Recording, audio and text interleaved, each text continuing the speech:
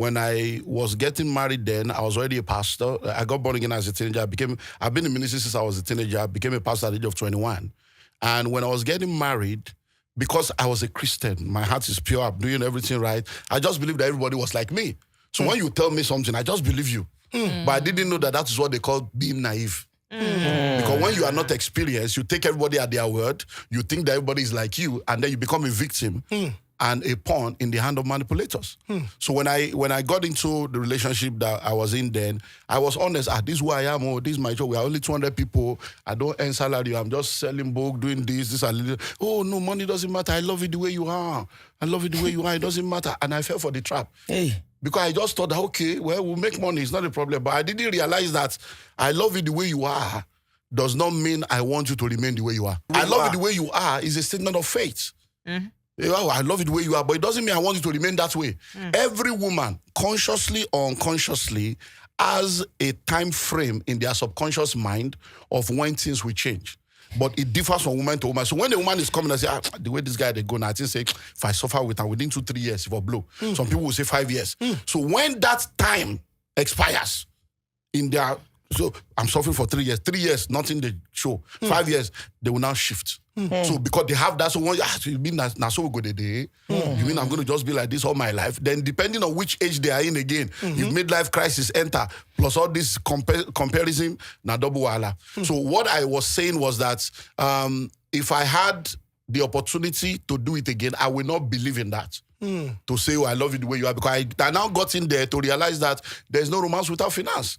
The same person that was telling you it's not by money was now telling you, hey, you're not a man. And I said, but I told you why. I didn't lie to you. At least because, you see, so I tell people, I believe in full disclosure. I believe in honesty in everything you do.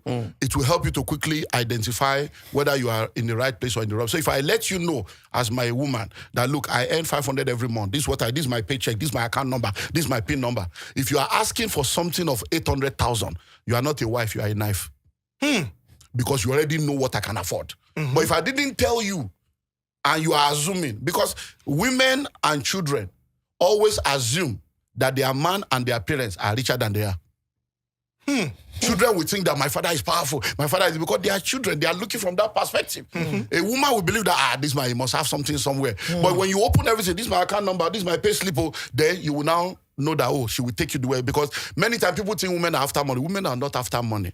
They're after security and honesty. So when you tell a real woman, this is what I am, they will help you manage it well. They will stay within it, pray for you to grow. But the one that is not a wife will be asking for bone straight, even though her own life is not straight. She'll be asking for bag and shoe to match. Her own destiny is not matching her bank account. Waiting, papa and mama no fit give her, I expect you to come give her. I keep wondering, you went to school, I went to school. You graduated, I graduated. You are working, I'm working. 7 years after graduation, you are meeting me. You want me to marry. You are asking me, do you have a car? Do you have a house? Why don't you have a car? Should all of us done your salary for 7 years? What did you do with your own money that I will now be the one to come and carry all the responsibilities of your life? Because a lot of things, culturally, a lot of things are not right. Because in this world right now, a lot of men are groaning under the load of financial things, take care of wife, take care of children, take care of family. They are dying. Many of them have erectile dysfunction. Many of them they are under stress. And there's some other women too, they are carrying load. The men are just sitting down there, useless. 6 packs, he doesn't have 6 figure. All he has is muscular prosperity. Nothing to show. So there's so much trouble out there. So by the time they now relocate with all this jackpotting, now wahala go start. Because many men in this part of the world have their identity is tied to their ability to provide. So once they are not able to provide, they believe they are not a man. So those were just the things I was trying to say, that look, as you are growing through life, make sure that you have clear understanding, because once there is no money, there's no romance without finance. Interesting. You need money to fund relationships. So it's a debate. I say men were created to provide, while women are created to be taken care of. When we look at different aspects of life, you see, the Bible itself was written within the context of a culture. And that is one of the reasons why a lot of people also have a problem, because the Bible was built and written within a culture that is a patriarchal culture. So our culture is similar to the culture of the Jews. And that is why a lot of things, when you look at the Bible, you see things like Jesus had 12 disciples, there was no woman there. If you go to a Jewish person's house, you don't have the right to greet the wife. If the wife is the one that opens the door, you can't greet the wife. The wife has to go and call the husband. You greet the husband before you greet the wife. You see that they say when you go to church, don't talk. Let your husband talk. Why? Because it's a patriarchal culture. And because it's a patriarchal culture, many of us in this part of the world, we now carry that patriarchy. Instead of getting the real message, we carry that patriarchy and we use it to begin to build religion here. I say to people that religion is more dangerous than the devil. Because religion will destroy your life, ruin your life, and give you a hope that is not real. Christianity is not a religion. It's a relationship with your creator. When you practice Christianity as a religion, you become a pawn in the hands of charlatans. You become a pawn in the hand of the religious interpretation of people. Because most of the things you need to understand is that principles are universal. So if you are bringing a principle from Bible that can only work in Africa, that cannot work outside Africa, that's not what God is saying. It means you have brought your culture and your personality into the interpretation.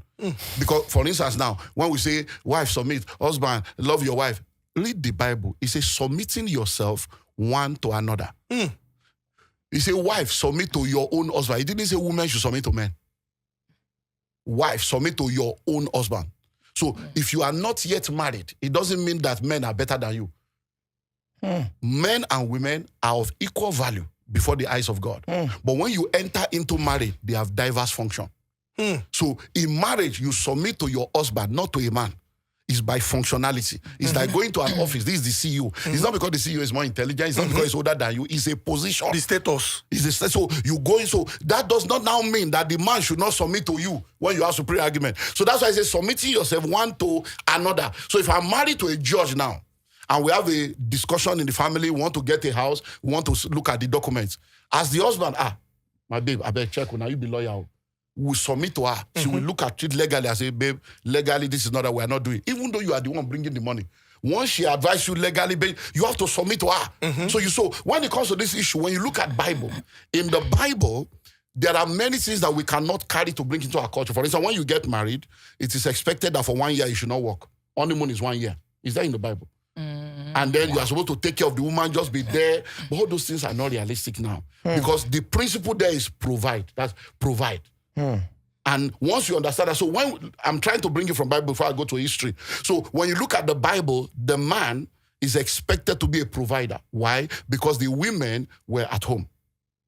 Not because the women could not work, but because of the environment they were in. And now when you look at our ancestors, they were agrarian. In the Bible, many of them were agrarian people. So they were farmers. So in the morning, everybody goes to farm. And now you see in the book, School of Money, I wrote all these things are in the book actually, the evolution of money.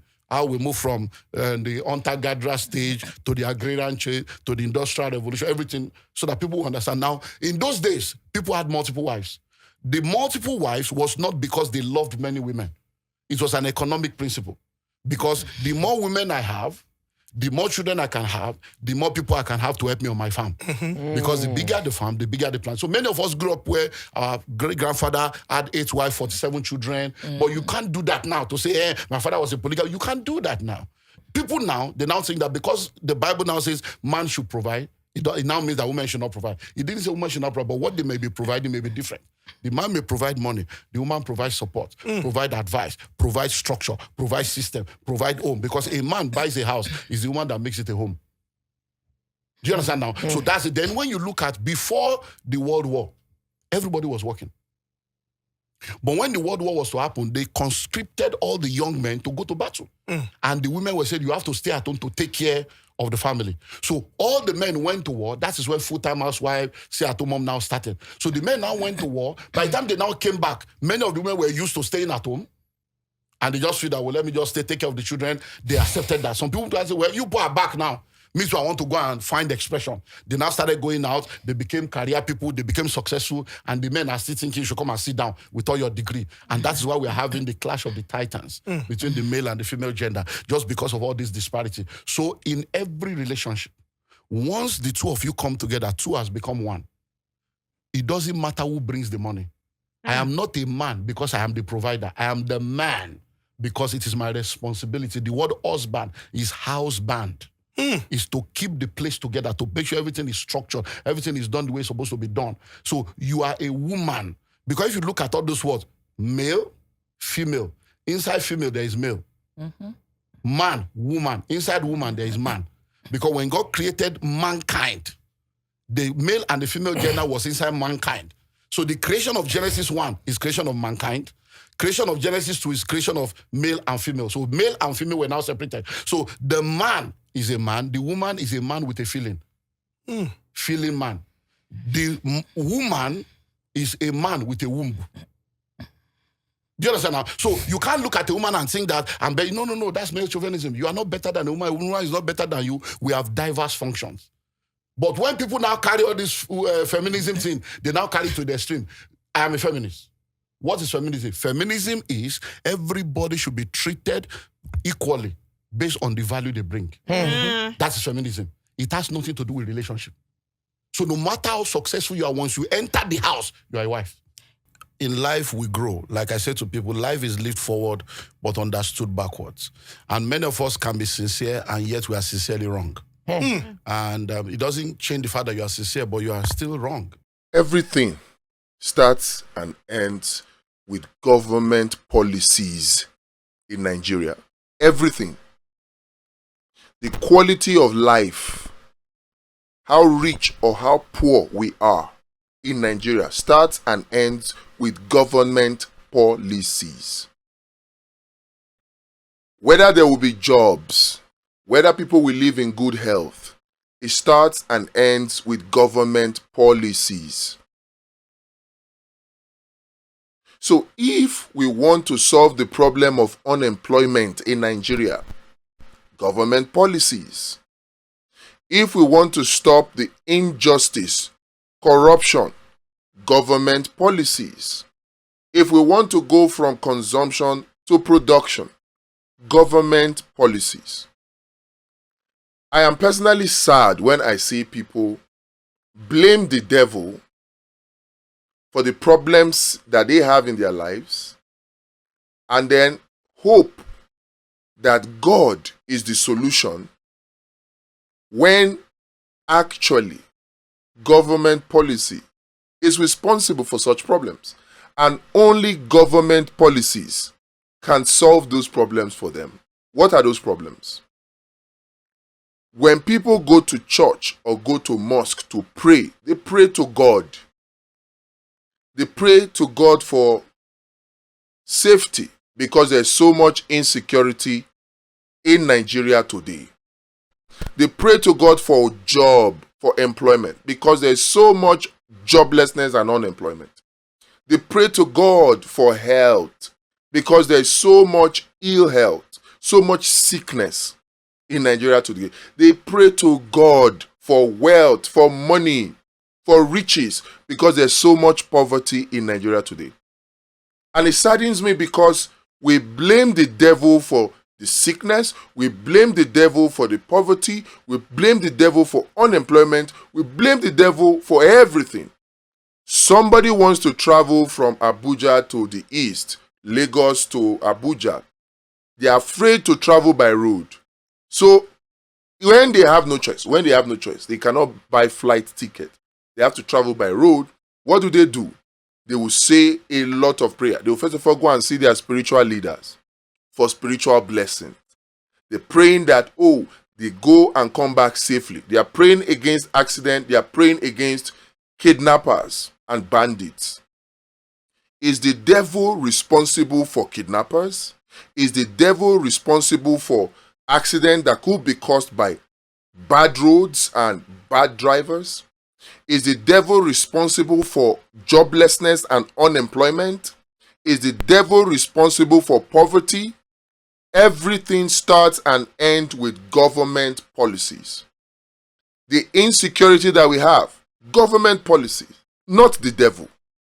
The joblessness and poverty and hunger that is in the land that we have, is it the devil that caused it? Government policies. The problems that people have, even in their personal life. Today, the preponderance of opinion is that the youths are lazy. Is that caused by the devil? No. Government policies. Somebody asked me the other time, how can I say government policy is responsible for the laziness of the youths? Government policy is. If a government has a policy of corruption, what will happen?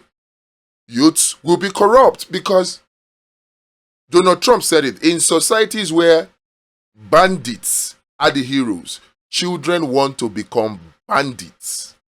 People want to go where they are celebrated, not tolerated. If the policy is for you to be rich, you have to twerk on TikTok. Every youth will want to twerk on TikTok. If the policy is social media is there for distraction, youth will be distracted. If the policy is for you to be a youth and get out of poverty, your best chance is Yahoo Yahoo, or your best chance is hook up. If the policy is, hard work doesn't pay, for you to become rich, you need to be a political thug. If that is the policy like we have it in Nigeria today, why do you think the youth will not be lazy? Compare that with the policy in a place like China, where social media access is restricted and youths are encouraged to create and make things more. Not even just youth, even children. What do you see? China is the production capital of the world. China was able to take over 1 billion people out of poverty within a very short time. Today, China has less people living in multidimensional poverty than Nigeria, despite having 7 times the population of Nigeria. China is 1.4 billion people. Nigeria is 220 million people. Yet, we have more poor people than China. Why? Government policies. A lot of these things that you and I go to church, go to mosque to pray for, it is not the devil that caused them.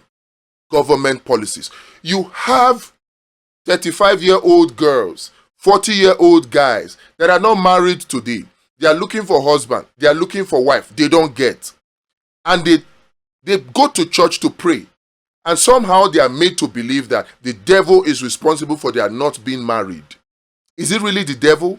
Or is it bad government policy that makes for bad economy? And so people that are supposed to be married at age 20, at age 25, they continue to hustle.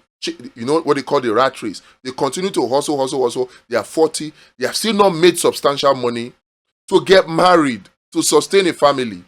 And so there are so many young men, so many young women, but no marriageable partner. Everything starts and ends with government policy. A man marries at age 45, marries a woman at age 40, and then they wait for another 10 years, they can't get pregnant. And then they are blaming the devil. They are praying for God to help them to get pregnant, forgetting that the fact that they waited so late to get married will reduce their chances of getting pregnant because of several factors, natural factors. But instead of blaming the government policies that made them wait late to get married, they are blaming the devil and they are thinking that God is a solution. Everything starts and ends with government policy. The problems that Nigerians are facing today, caused by the bad policies of the government of the day. Fuel is selling for 1,400 naira per liter, 1,350 naira per liter. Not because of the devil, government policies. Today, many people try to explain it away that, it is because of the international price of a barrel of crude oil that has gone up because of the US and Israeli attack on Iran, the blockade of the Strait of Hormuz. That is why the price of the price per barrel of crude oil has gone up, and because we still, Dangote refinery still buys crude in international price. That's why he has to sell to us at increased cost. All of this is as a result of terrible, satanic, and poor government policies. And prayer will not get us out of this. Only decision can. A decision to make sure that government officials that come up with terrible government policies and go ahead to implement them, even when they know that such policies are punishing Nigerians, such government officials should be removed from office through elections. But no, the Nigerians that are made to suffer under these harsh government policies, they leave the people in government, they leave the people that caused this hardship through the implementation of these terrible government policies, and they blame the devil. They leave the people that could make their lives better, and they trust God. And they keep trusting God. And they have been trusting God for 50 years now, for 60 years now. And instead of getting solutions, Nigeria continues to slip down further and further into more hardship, more hunger, more poverty, more joblessness, more sickness. And they still cannot see that they are blaming the wrong person or expecting help from the wrong person. That it is bad government policies that is responsible. And their solution actually rests in changing, pushing out those bad government officials. Everything starts and ends with government policies. The reason why America is better than Nigeria, government policies. The reason why Nigeria is a consumption economy and America is a production economy. China is a production economy. Russia is a production economy. The EU, production economy. The reason why this happens, government policies. If Tinubu were honest and sincere enough and cares for the people enough, fuel will be selling for between 300 and 400 naira per liter today in Nigeria, despite the war in Iran, despite the war in, what is it called? Ukraine. Because you would have taken care of the corruption in Nigeria's oil and gas sector. Nigeria extracts 1.8 million barrels of crude oil every day. 1.8 million barrels of crude oil. Dangote refinery only needs 400,000 barrels of crude oil to refine all the petrol that we need. And if Nigeria has crude oil, it belongs to us.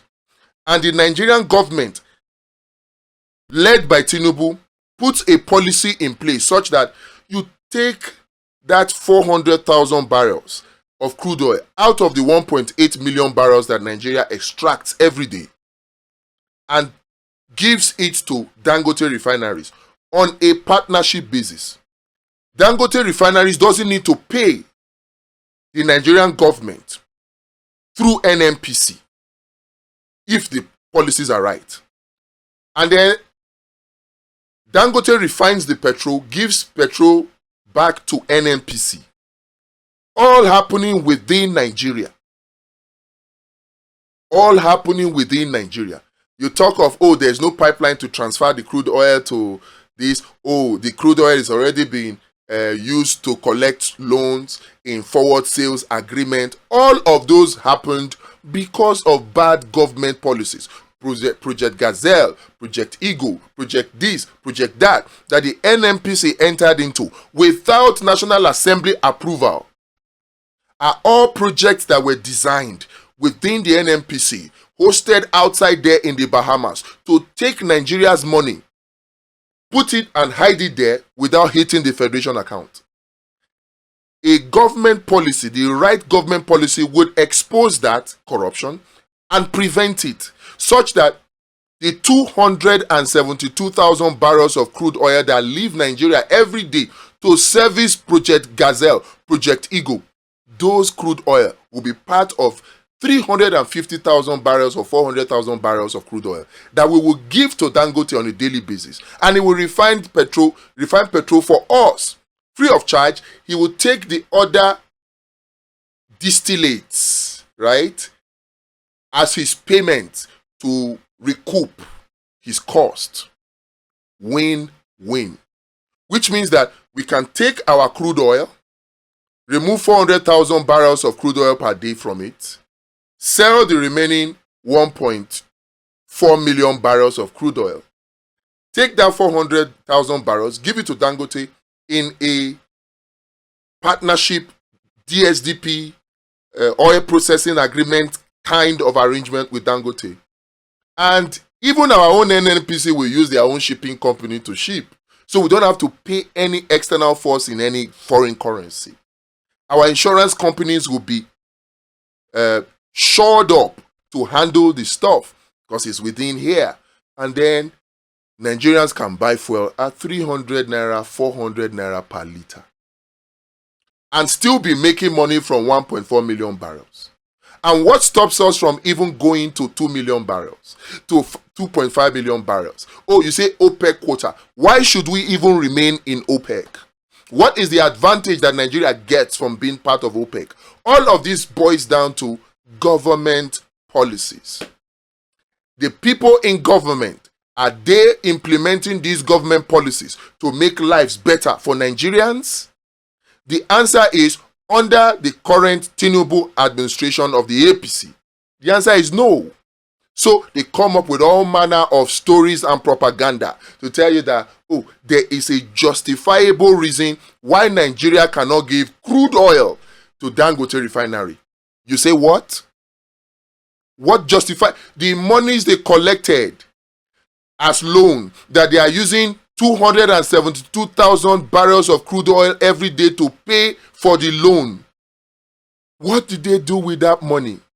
That money did not hit the federation account. It did not. You say you paid that money to service JV cash calls. You paid that money to service cost oil production for production sharing contracts. Where is the oil? Where is the money? This is the corruption that goes on in there that makes Nigerians not to benefit from the crude oil that God has blessed them with. Why is this happening? Government policy. Let nobody fool anybody that the reason why fuel is now selling for 1,400 naira, 1,500 naira per liter in some places in Nigeria today is because of US attack on Iran, the blockage of the Strait of Hormuz, the increase in the price per barrel of crude oil on the international market. No. It is because the bad policies of the Tinubu administration has allowed for corruption within the NNPC that allowed some people to take away crude oil that's supposed to benefit all of us for the benefit of a few. Everything starts and ends with government policies. So instead of wasting time going to church to pray, we should focus that energy to chase away these bad leaders that are implementing terrible, satanic government policies. And how can we do that? Free and fair elections. And when I talk free and fair elections, many people quickly make a mistake. They think that free and fair election is the sole responsibility of INEC. Somehow some people believe that, oh, we just need to get the Electoral Act right, and then we must protest and INEC must do the right thing. Free and fair elections is not only the responsibility of INEC. It is a responsibility of citizens. And that is why we are saying we cannot leave free and fair elections to INEC alone. No.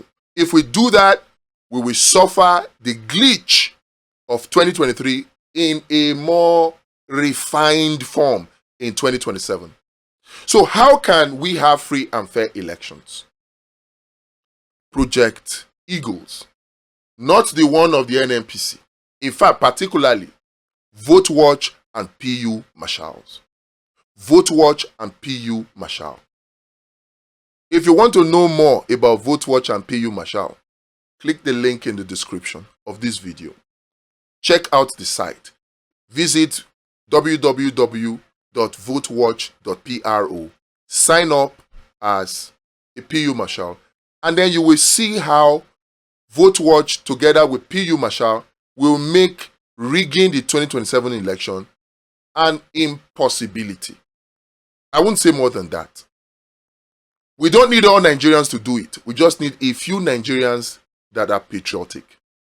Will you be part of those Nigerians? I hope so.